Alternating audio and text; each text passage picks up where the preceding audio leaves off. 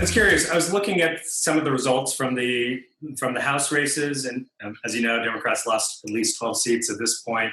I think about 2/3 of them were by less than 5,000 votes. I was curious what Democrats decided in general to forego in-person canvassing.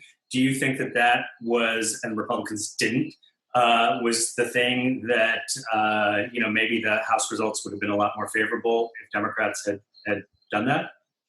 I think it was an incredibly painful choice under the circumstances, because it wasn't hard to see how people gathering in an office to, go over the turf that they would cover can lead to the spread of coronavirus. Yeah. Wisconsin had actually the worst pandemic outbreak. I think it was in the top 3 in the United States, and the worst month for us of the entire pandemic was November. We were in a particularly bad spot, so we didn't do any in-person door-to-door canvassing. But that was a wrenching call, and things might well have gone better if we had. There are some voters, if you take 1,000 voters, some fraction will respond to texts, another group will respond to phone calls, and then some people will only respond to knocks on the door. And if you take one of those tools away, there's just some people that you wind up not actually connecting with.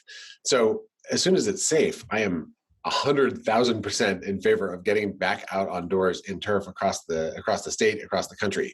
And I do think that part of the victory in Georgia came from the fact that there was a massive door knocking operation.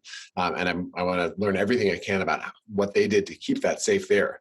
But it was a very hard call. And, for me as somebody with people in my employ, could I ask them to put themselves in potentially dangerous situations, around these tactics? That's stuff that everyone had to think through.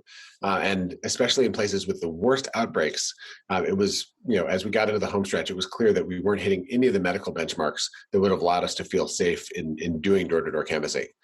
So I think the good news is there's actually untapped kind of strength and energy from this last election that we can bring to bear in 2022 by expanding our toolkit again as we get the coronavirus pandemic under control.